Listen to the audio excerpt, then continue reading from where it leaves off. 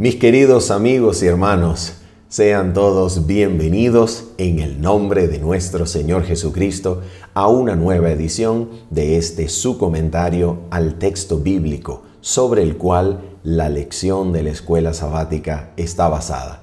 Y es para nosotros un privilegio en Cristo poder enviarles un abrazo en la distancia, un abrazo digital desde Mérida, Venezuela, y agradecerles por su compañía en esta oportunidad.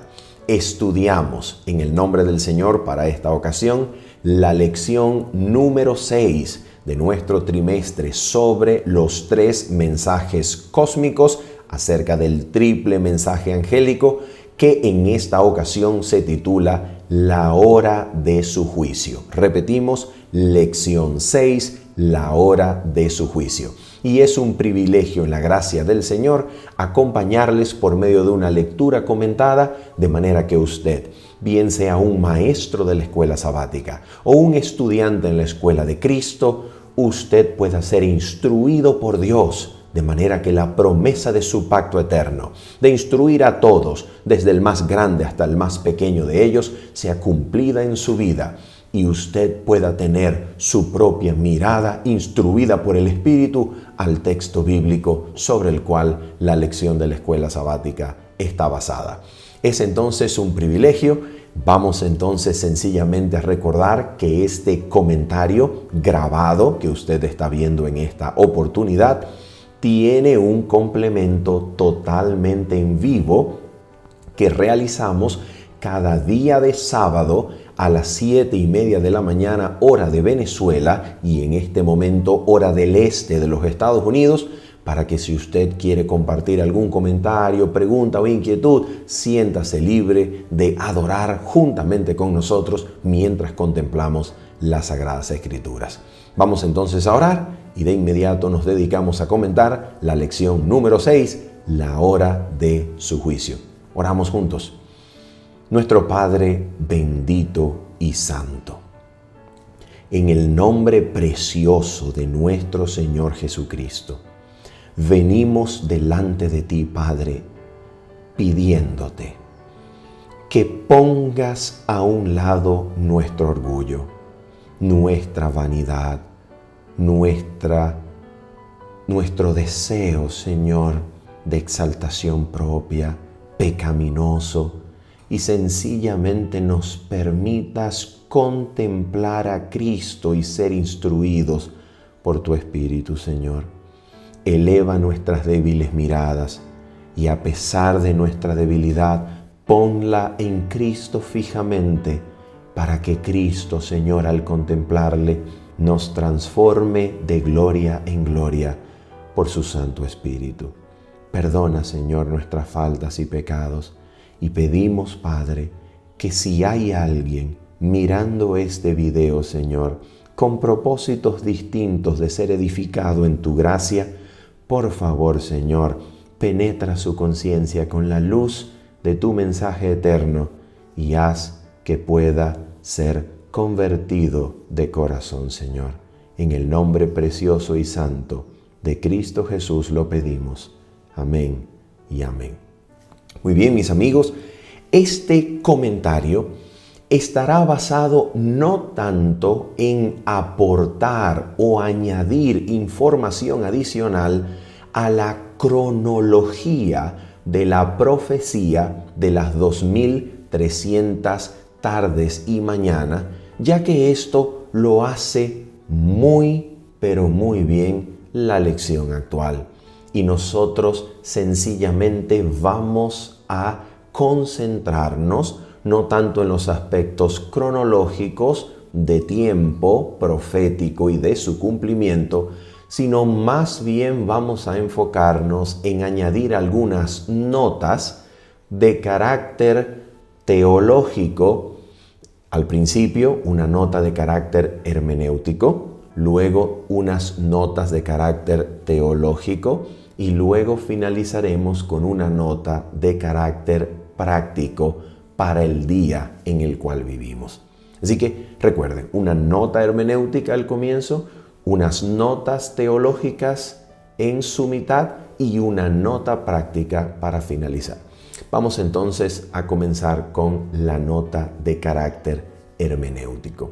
Y para eso vamos a comenzar a comentar el texto bíblico que se encuentra en el capítulo número 24 de Mateo, versículo número 3 en adelante. ¿Y por qué razón comenzamos aquí? La razón por la cual nos situamos al comienzo en Mateo capítulo 24 es para que nosotros podamos partir y edificar sobre las palabras de Jesucristo. Jesucristo no solamente es nuestro Redentor, Salvador, el eterno Hijo de Dios, sino que también ha de ser siempre nuestro superior maestro. Él es el maestro de los maestros, es el intérprete de los intérpretes, es nuestra regla para poder interpretar cualquier profecía de las Escrituras.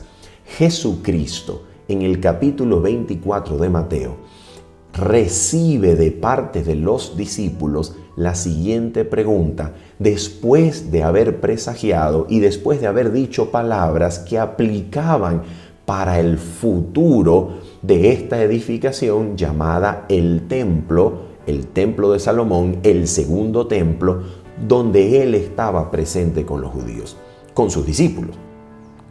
Jesús recibe esta pregunta de parte de los discípulos. Dice así, versículo número 3, y estando él sentado en el monte de los olivos, los discípulos se le acercaron aparte diciendo, dinos, ¿cuándo serán estas cosas y qué señal habrá de tu venida y del fin del siglo? Así que los discípulos están preocupados por la venida de Jesucristo y el fin del siglo. En otras palabras, los discípulos están preguntando a Jesús acerca de las cosas que acontecerán en el tiempo del fin, en el tiempo de la retribución y visitación, en el tiempo en el cual, después de haber retenido arriba en gloria, Dios envíe del cielo a Cristo para restaurar todas las cosas. Así lo comprendieron los discípulos. Ahora mira por favor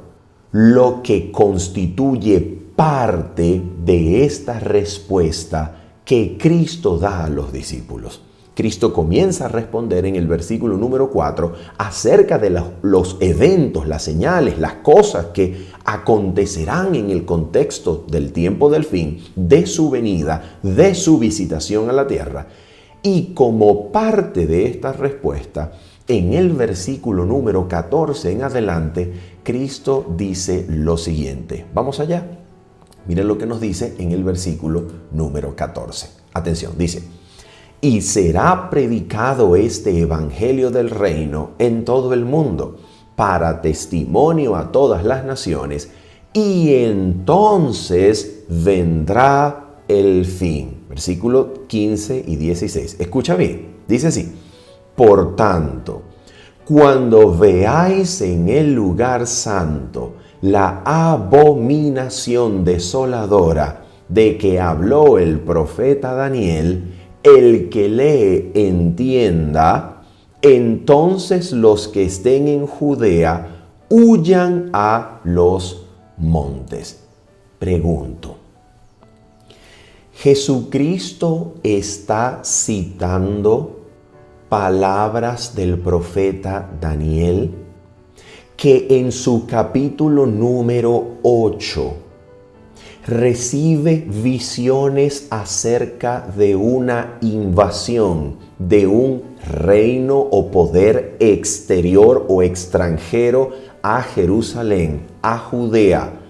Y este poder extranjero enemigo invadiría de tal manera que Jesucristo predice para sus días lo que el profeta Daniel llamó la abominación que causa desolación, el período de las devastaciones. Y esta profecía, que comienza en el capítulo número 8, recibe una explicación adicional en el capítulo número 9, pero aún más es desarrollada en términos específicos y claros en el capítulo número 11, que se extiende hasta el capítulo número 12.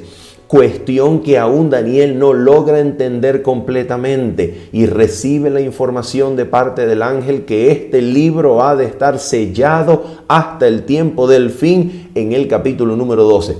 Pregunto, Jesucristo, nuestro Maestro, el intérprete de los intérpretes, el Maestro de los maestros, está citando palabras del profeta Daniel que según él, según Cristo, aplican y han de cumplirse en relación con el tiempo en que Jesús y los apóstoles estarán viviendo y de acuerdo con sus propias palabras, con aplicación directa para el tiempo del fin, ¿sí o no? Jesucristo está aplicando las palabras de Daniel para su tiempo y para el tiempo del fin, ¿sí o no?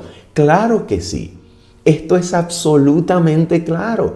Jesucristo se aferra de las palabras de Daniel y aplica su cumplimiento profético para su propio tiempo y al mismo tiempo los proyecta para el tiempo del fin.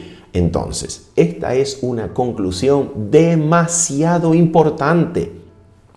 Si Jesucristo es capaz de aplicar las palabras proféticas de Daniel para su propio tiempo y para el tiempo del fin, señoras y señores, Daniel no ha de ser interpretado limitando la interpretación de sus palabras a los sucesos históricos acontecidos durante el segundo siglo antes de Cristo, con las incursiones e invasiones helenísticas de Antíoco IV Epífanes, que viniendo a Judea invadió y trajo una terrible ofensa contra el santuario, contra el templo, que hizo que los judíos respondieran con la rebelión macabea, purificando el templo alrededor de la segunda mitad del siglo segundo antes de Cristo. Daniel no puede ser interpretado limitando sus palabras a esos acontecimientos históricos de Israel, de Judea y del templo, protagonizados, como dijimos, por Antíoco IV Epífanes y sus invasiones helenísticas al templo y la respuesta macabea de parte de los judíos. ¿Por qué razón Daniel no puede ser interpretado en relación con esos eventos históricos? Porque el mismo Señor Jesucristo toma las palabras de Daniel y las utiliza para predecir los acontecimientos históricos relacionados con la invasión de Roma como príncipe que había de venir de una nación extranjera para hacer devastación, desolación, con inundación sobre el templo y la ciudad santa. Si Jesucristo es capaz de aplicar las palabras de Daniel a lo que Roma iba a realizar en relación con el templo y la ciudad alrededor del año 70 después de Cristo, mis amigos y hermanos, Jesucristo es un intérprete historicista del libro de Daniel. ¿Qué quiere decir que es un intérprete historicista del libro de Daniel?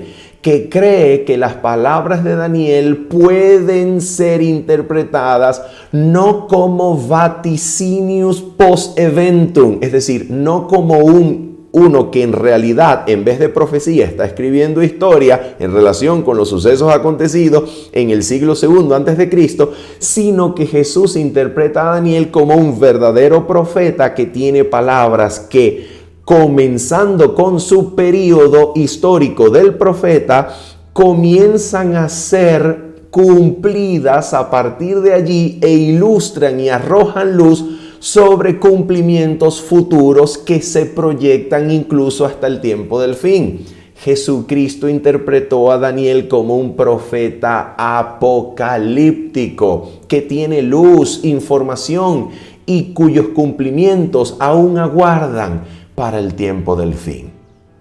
Si Jesucristo interpretó así a Daniel, si Jesucristo creyó que Daniel tenía palabras para el tiempo del fin y no para el tiempo de Antíoco IV Epífanes y la rebelión macabea, la pregunta es, ¿podemos tener confianza nosotros, los creyentes en la profecía bíblica, de que las palabras de Daniel tienen aplicación también para el tiempo del fin? Podemos tener confianza de que las palabras de Daniel en el capítulo número 8 y la visión de la purificación, de la restauración del santuario, tienen aplicación para el tiempo del fin, ¿sí o no? ¿Podemos tener nosotros esa confianza? Absolutamente. Además, permíteme añadir una nota hermenéutica más. Cuando Juan escribió el libro del Apocalipsis, el apóstol Juan, alrededor del año 96 después de Cristo, todavía permanece usando los períodos proféticos que explícitamente Daniel menciona en su libro. Por ejemplo, los 1260 días, tiempo y la mitad de un tiempo, 42 meses. Periodo profético que explícitamente el apóstol Juan está tomando de Daniel y lo está aplicando con relevancia y pertinencia para los creyentes cristianos que viven en su propio tiempo, año 96, alrededor, después de Cristo, y los proyecta aún para el tiempo del fin, en donde los acontecimientos históricos han de suceder previos a la venida del Hijo del Hombre, que viene con una hoz aguda y su corona de oro para rescatar a los suyos.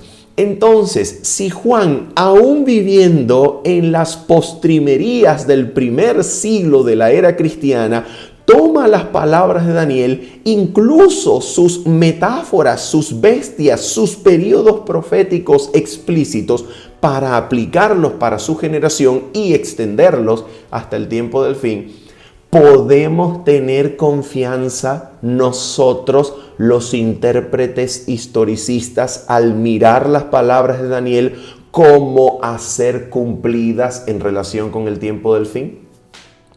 Claro que podemos tener confianza, absoluta confianza, y esto es gracias a Cristo y su interpretación, y al apóstol Juan y la interpretación del Espíritu que él aplica de Daniel en el libro del Apocalipsis. Podemos tener confianza al interpretar a Daniel como un profeta de manera historicista, que ilustra, que revela, que escribe acontecimientos cuyos cumplimientos aún aguardan hasta el tiempo del fin, tiempo previo a la venida de nuestro Señor Jesucristo a la tierra. Ahora vamos entonces a realizar nuestra nota teológica en relación con la profecía de las 70 semanas. Recordamos, no es nuestro interés en el presente comentario ahondar acerca de el cumplimiento cronológico de la profecía de las 2300 tardes y mañanas y las 70 semanas, porque esto ya el autor de la lección lo hace muy bien. Así que si usted desea ser ilustrado por los periodos proféticos y su cumplimiento cronológico, vaya a la lección porque el autor lo hace maravillosamente. Nosotros, sin embargo, vamos a hacer una nota teológica en esta oportunidad sobre la profecía y el cumplimiento de la profecía de las 70 semanas. Para eso vamos a trasladarnos brevemente a Daniel capítulo número 9 y vamos a comenzar a leer en el versículo número 22. Daniel capítulo 9, versículo número 22. Dice así la palabra del Señor.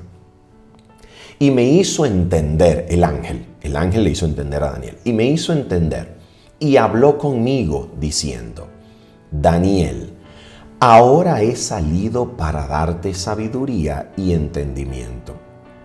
Al principio de tus ruegos, recuerden, Daniel 9 es una oración, en su mayor parte, al principio de tus ruegos fue dada la orden y yo he venido para enseñártela, porque tú eres muy amado. Entiende pues la orden y entiende la visión. Ahora mira, así comienza la revelación del ángel para el profeta Daniel acerca de las 70 semanas, que son 490 años que profetizaban la venida del Mesías, del ungido, para confirmar el pacto con muchos. ¿Ok?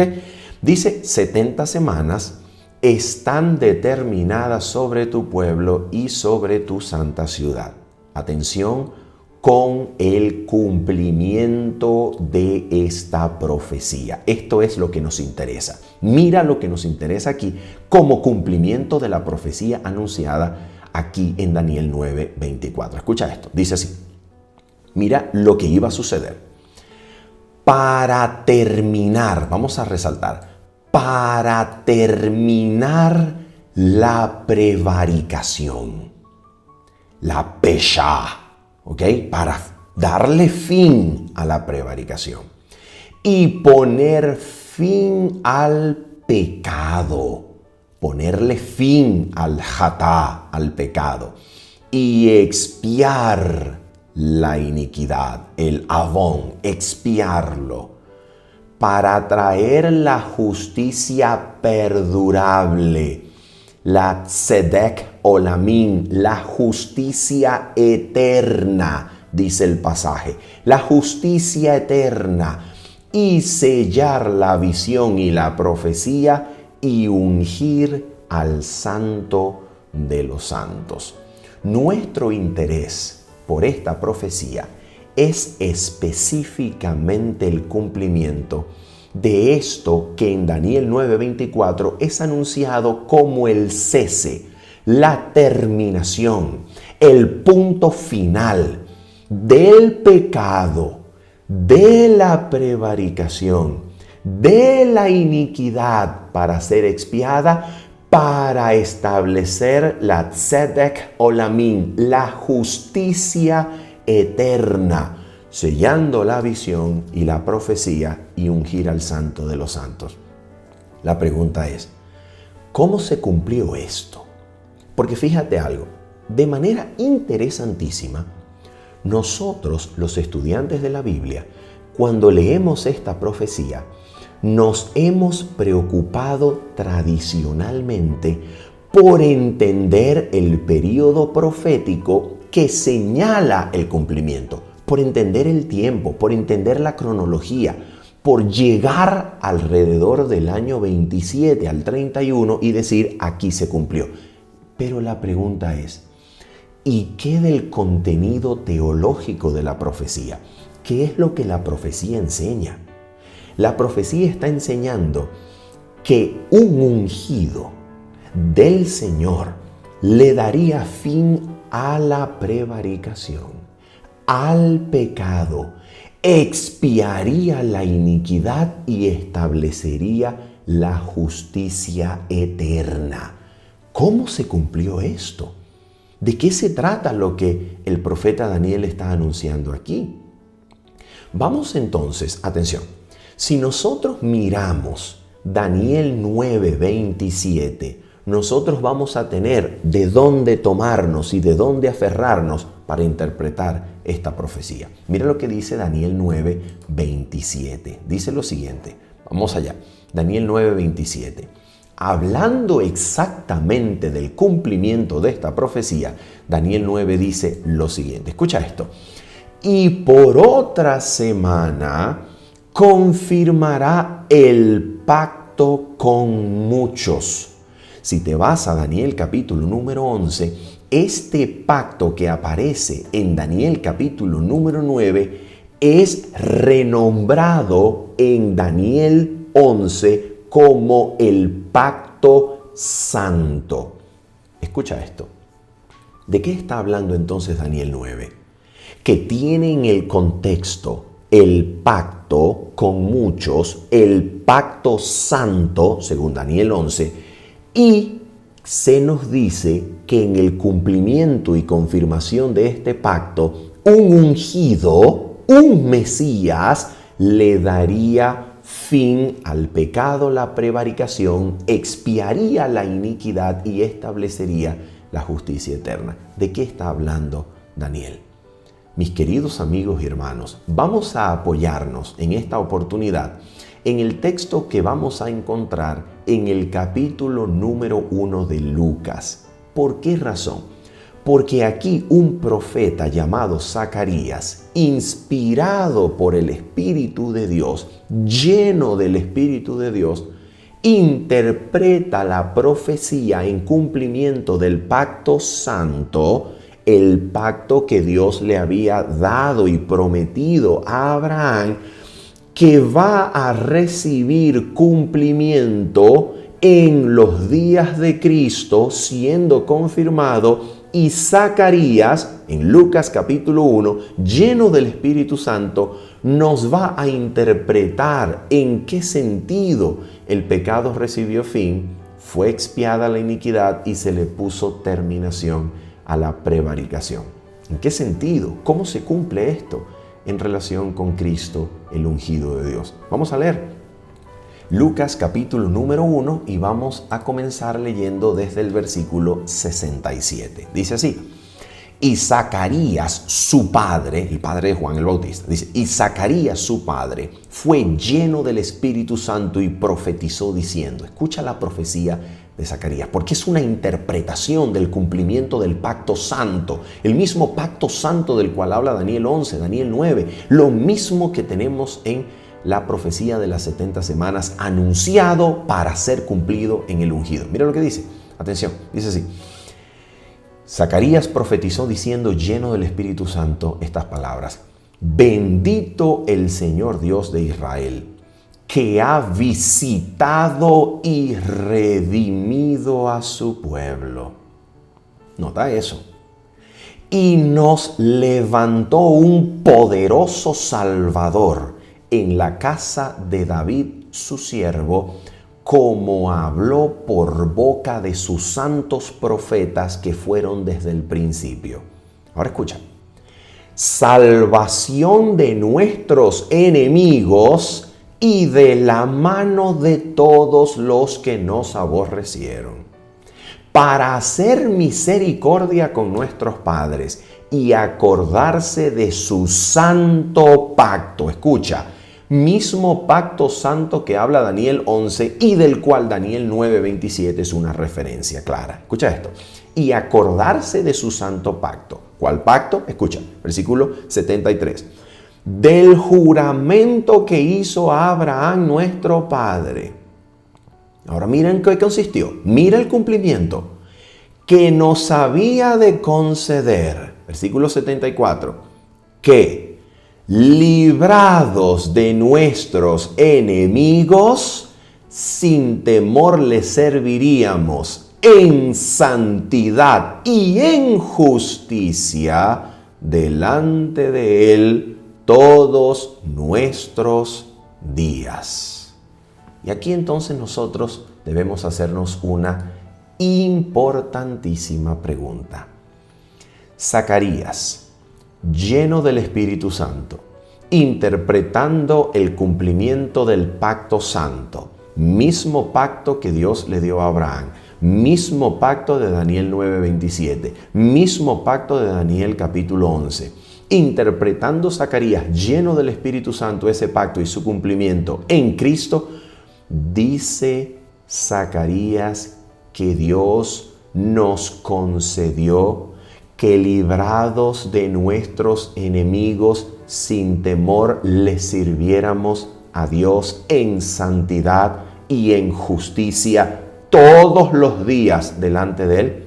Mis amigos, si Dios, librándonos de nuestros enemigos, nos ha dado la posibilidad de servirle todos los días delante de Él, sin temor, en justicia y santidad, entonces de esto es lo que Daniel hablaba cuando escribió la frase Tzedek Olamim, justicia eterna, justicia perdurable, en Daniel 9:24. ¿Qué cosa es esto entonces? Porque aquí se nos dice en Lucas capítulo número 1, Zacarías, lleno del Espíritu Santo, que librados de nuestros enemigos, Dios nos concedió la oportunidad de servirle sin temor, en santidad y en justicia todos los días delante de Él. ¿Qué cosa es eso? ¿De qué enemigos nos libró? Porque en el momento en el que Jesús fue crucificado, quienes levantaron esa cruz en el Gólgota fue el Imperio Romano. Entonces, el cumplimiento de la profecía que Zacarías interpreta hablando de la liberación de nuestros enemigos no puede ser liberación de Roma o de algún enemigo visible, de algún enemigo bélico, de algún enemigo como poder extranjero que se encontraba en la provincia de Judea.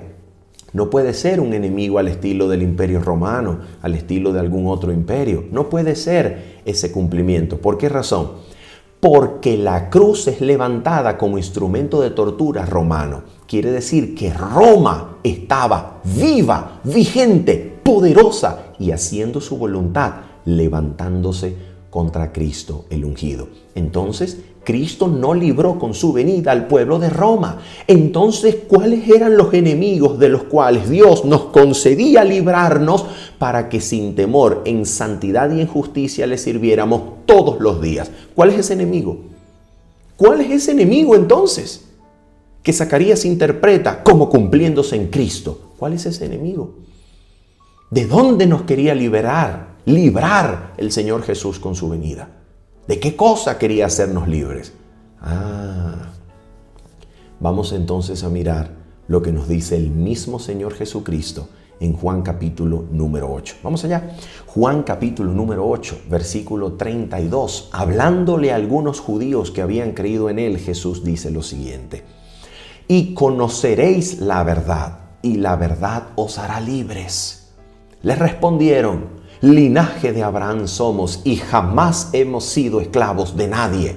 ¿Cómo dices tú seréis libres? Oh, qué mentira histórica se atrevieron los que habían creído en Él a decir aquí. ¡Qué mentira histórica! Jamás hemos sido esclavos de nadie. ¿Cómo que no? Si la nación comenzó saliéndolos o sacándolos de la esclavitud de Egipto, luego va en cautividad a Babilonia, pasa el dominio a Medo-Persia, luego pasa a Grecia, luego desde el año 63 Judea es invadida por Roma. ¿Cómo es que nunca habían sido esclavos de nadie? Esto es una mentira histórica. Y ahora mira lo que Jesús dice en relación con lo que Él quería librarlos. ¿De qué quería librarlos Jesús? Mira de qué. Versículo número 34, Jesús les respondió: de cierto os digo, que todo aquel que hace pecado, esclavo es del pecado. ¿Y de qué está hablando Jesús? ¿De qué cosa está hablando Jesús? ¿De qué pacto, de qué promesa está hablando Jesús que se va a cumplir allí? Versículo 35 y 36. Y el esclavo no queda en la casa para siempre, el Hijo sí queda para siempre. Así que si el Hijo os libertare, seréis verdaderamente libres. ¿De qué está hablando Jesús? ¿Cuál es el hijo que no quedó en la casa para siempre? Pero hay otro hijo que sí queda en la casa para siempre. ¿De qué está hablando Jesús? Está hablando de los dos hijos de Abraham. Ismael no permaneció en casa para siempre porque Sara, pidiéndole a Abraham que lo desterrara junto con su madre, recibió de parte del cielo. Abraham recibió la respuesta de que escuchase la voz de Sara, y el hijo de la carne, el hijo de la sierva, el hijo de la esclava, fue desterrado de la casa de Abraham juntamente con su madre. Pero el hijo Isaac, el hijo de la promesa, quedó en casa para siempre. Así que Jesús está hablando acerca del pacto, de la promesa de Dios a Abraham. Y hablando acerca de este pacto, que es el pacto eterno concertado entre el Padre de Gloria y Cristo su Hijo, que históricamente se manifiesta a los hombres como Abraham y desde Abraham como una promesa del cielo en la cual Dios se compromete a rescatar, a liberar, a librar de la esclavitud. Génesis capítulo número 15, librando de naciones con juicio. Este cumplimiento del pacto eterno se da en Cristo cuando Cristo en la cruz pone fin al pecado, para terminar con la prevaricación y expiar la iniquidad, de manera que en la cruz, por medio del derramamiento de su sangre, Cristo puede librarnos del pecado, limpiando nuestras conciencias de obras muertas, para que por su sangre y su limpieza y purificación sirvamos al Dios vivo. Según Zacarías, en santidad y en justicia todos los días delante de Él. Cristo cumple las palabras de Daniel 9:24, confirmando el pacto eterno con muchos y haciendo que el pecado pierda su poder para dominarnos en la cruz, porque en ese lugar la sangre del pacto eterno derramada en el Gólgota nos habilita ahora para servir al Dios vivo en justicia y santidad todos los días, de manera que el pecado, habiendo sido redimido, o habiendo sido remitido, el pecado habiendo sido remitido, ya no nos domina más. La prevaricación, la iniquidad habiendo sido expiada, Dios gana la victoria sobre el pecado para que éste ya no nos domine. Y ahora seamos habilitados por la sangre del pacto eterno de vivir en justicia y santidad todos los días, sirviendo al Dios vivo, librados del enemigo que nos tenía esclavizado, no de Roma, librados del pecado que nos esclavizaba, porque todo aquel que hace pecado esclavo es del pecado. Por tanto, en su venida, en su muerte y en su resurrección, Cristo hizo posible que el pecado, la prevaricación, la iniquidad llegase a su fin. ¿Cómo? Habilitando por medio de su sangre a su pueblo que cree en Él para vivir en santidad y en justicia todos los días y ya no más en la esclavitud del pecado. Cristo y la cruz significa entonces mucho más que un cese legal en el santuario o en el plan eterno de Dios de los sacrificios y ofrendas que se ofrecían en el tabernáculo terrenal. La cruz de Cristo no significa solamente el cese de esos sacrificios que como sombra ilustraban el plan de la redención. La cruz de Cristo significa que Dios derramó su sangre para habilitar al pueblo creyente para vivir en libertad del pecado, de la prevaricación y de la iniquidad, para servir a Dios todos los días en justicia y santidad delante de Él. Es exactamente lo que Hebreos 9 y Hebreos 13 nos enseñan. La sangre del pacto eterno nos habilita para que Cristo, viviendo su vida poderosa en nosotros, haga delante del Padre lo que es agradable delante de Él, haciendo Él en nosotros la obra perfecta para habilitarnos para cumplir su voluntad todos los días de nuestra vida. Esa es la justicia eterna, la justicia perdurable. Y Cristo lo hizo posible mediante su muerte en la cruz. De eso se trata. Eso es lo que nos está enseñando el Nuevo Testamento en relación con la profecía de las 70 semanas. Ahora, vamos a mirar una nota teológica adicional en relación con expiar la iniquidad. Y yo quiero decirles algo muy, pero muy extraordinario, maravilloso. Cuando yo descubrí esto en el Nuevo Testamento, me quedé asombrado, conmovido delante de las Sagradas Escrituras. ¿Qué cosa el Nuevo Testamento enseña? Escucha bien. El verbo griego expiar, en griego hilaskomai, es usado una sola vez en todo el Nuevo Testamento. Ni siquiera 2, ni 3. Una sola vez en el sentido de expiar, hilaskomai. ¿Y sabes dónde aparece ese verbo? En Hebreos capítulo número 2, versículo 17. Y su explicación complementaria en el versículo 18. ¿Qué nos enseña Hebreos 2, 17 y 18 sobre expiar como única vez que el verbo aparece en el texto griego del Nuevo Testamento? ¿Qué nos enseña sobre la expiación estos dos textos de la Biblia? Vamos a mirar claramente lo que nos enseña la Escritura en Hebreos capítulo número 2, versículos 17 y 18. Atención con esto, dice así: por lo cual, hablando de Cristo, por lo cual debía ser catapanta, según todas las cosas asemejado. Esa es una traducción literal del texto griego, porque no aparece semejante, sino asemejarse como verbo. Según todas las cosas asemejado a sus hermanos, para venir a ser misericordioso y fiel sumo sacerdote en lo que a Dios se refiere. ¿Para qué? Escucha, ¿para qué? Para expiar, aquí está el verbo, única vez que aparece en el texto griego del Nuevo Testamento, hilaskomai. Escucha, para expiar los pecados del pueblo. ¿Cómo lo hace? ¿Cómo expía los pecados del pueblo? ¿Qué incluye esta expiación?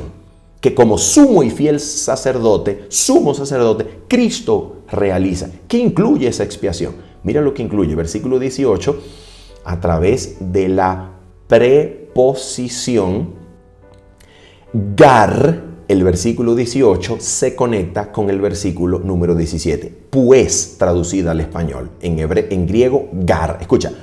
Pues en cuanto él mismo padeció siendo tentado, es poderoso para socorrer a los que son tentados. Oh, ¿qué dice la Biblia aquí? La Biblia dice, en el único lugar del Nuevo Testamento donde el verbo griego hilaskomai, expiar, aparece, la Biblia dice que esa expiación incluye el poder y la capacidad de nuestro fiel y sumo sacerdote para evitar el pecado en los creyentes que se aferran y confían en Él, para ayudarlos cuando son tentados, porque Él fue tentado y ahora es poderoso para ayudar a los que son tentados.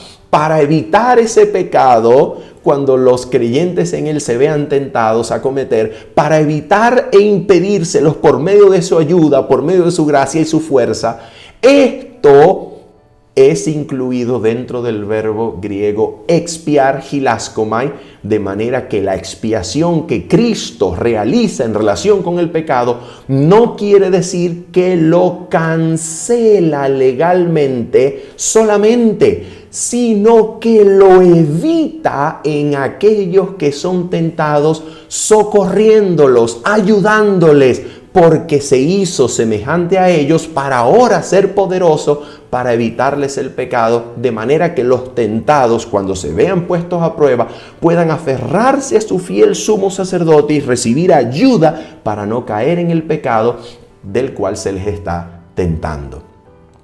Eso es maravilloso. Eso es doctrina bíblica. Y aquí se nos está enseñando en Hebreos capítulo 2, versículos 17 y 18, como la única vez en todo el texto griego del Nuevo Testamento que se utiliza el verbo expiar. Así que podemos tener aquí una confirmación de lo que todo el libro de Hebreos, de lo que todo el Nuevo Testamento enseña.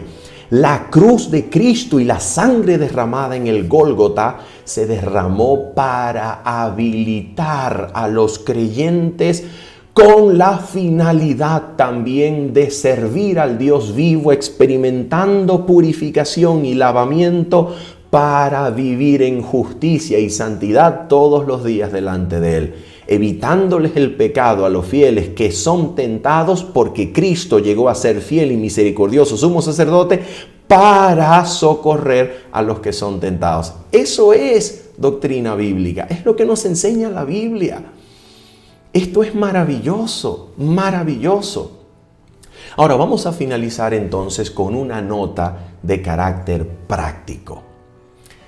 La lección de esta semana nos muestra que desde 1844, nuestro sumo y fiel sumo sacerdote se encuentra en su segunda etapa de ministerio sumo sacerdotal, realizando por nosotros una obra bendita, santa y sublime de presentarnos delante del trono de su Padre sin mancha y sin pecado.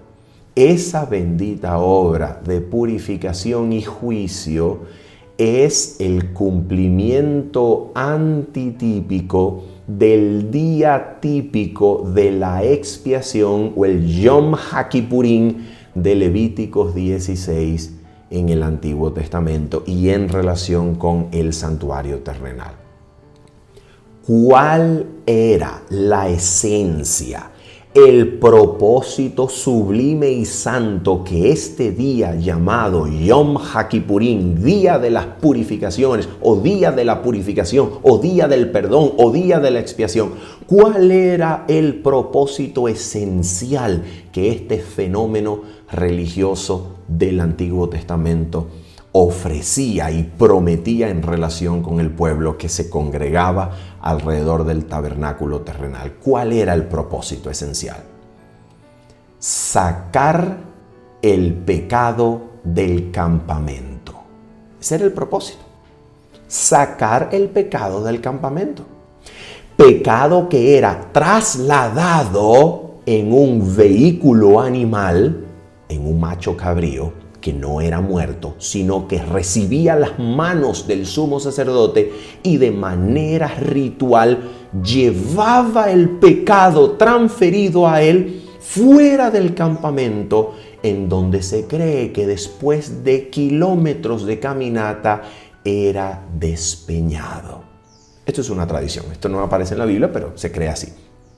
La pregunta es, si el propósito esencial de este ritual típico que ahora nosotros experimentamos su cumplimiento profético antitípico, el día de la expiación que Cristo realiza como sumo sacerdote delante del trono de Dios, si nosotros estamos viviendo en este día antitípico, la pregunta es, ¿cuál sería el propósito entonces para nuestros días, en relación con nosotros como pueblo, en relación con el plan eterno del Padre Celestial? ¿Cuál sería el propósito esencial de este día cumplimiento antitípico del día de la expiación? ¿Cuál sería el propósito? El mismo. Sacar el pecado del campamento, sacar el pecado del pueblo. ¿Y qué cosa es sacar el pecado del pueblo? Mis amigos, el pecado no es una entidad personificada que vive por allí merodeando alrededor de nosotros. El pecado es la transgresión de la ley que existe cuando usted y yo lo cometemos delante del Señor Rey de Gloria. Para sacar el pecado del campamento, entonces hace falta que el fiel y sumo sacerdote Jesucristo lo evite en su pueblo. ¿Y cómo Cristo puede evitar el pecado en su pueblo? La sangre del pacto eterno nos hace aptos y capaces para toda buena obra, haciendo Él en nosotros su voluntad. No nosotros esforzándonos con disciplina propia y determinación propia y con fuerza propia para obedecer la ley. No.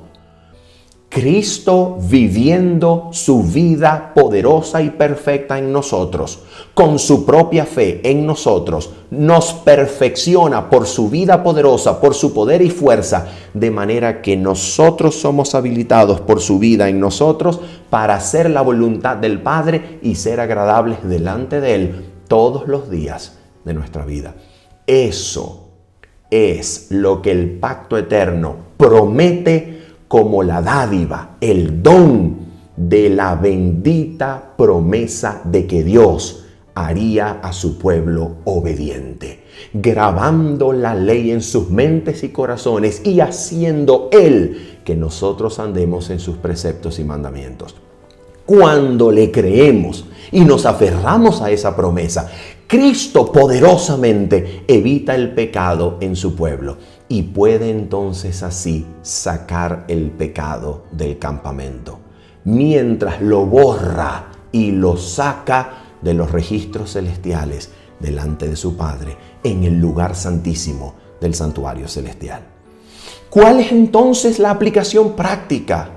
Mis amigos y hermanos, si este día se está llevando a cabo en el lugar santísimo del santuario celestial, entonces nosotros, de manera especial, en los tiempos en los que vivimos, necesitamos aferrarnos con total y absoluta dependencia a las promesas de Cristo para que Él haga realidad esta promesa de sacar el pecado de nosotros y echarlo fuera, de manera que en santidad y en justicia le sirvamos todos los días de nuestra vida, por la sangre del pacto eterno, siendo capaces y habilitados para hacer su voluntad. De esto se trata. Siempre se ha tratado de esto. El Nuevo Testamento es testimonio contundente de esto. Y hoy sigue tratándose de esto. Habiendo dicho esto, mi querido amigo y hermano, y esperando que usted haya sido iluminado por el Espíritu de Dios, edificado en la gracia de Cristo, y que usted pueda crecer más y más en esta bendita promesa, se despide de ustedes su servidor en Cristo, Manuel Ospino, diciéndoles, nos vemos el día sábado, 7:30 de la mañana, hora de Venezuela y costa este de los Estados Unidos. Bendiciones. Chao, chao.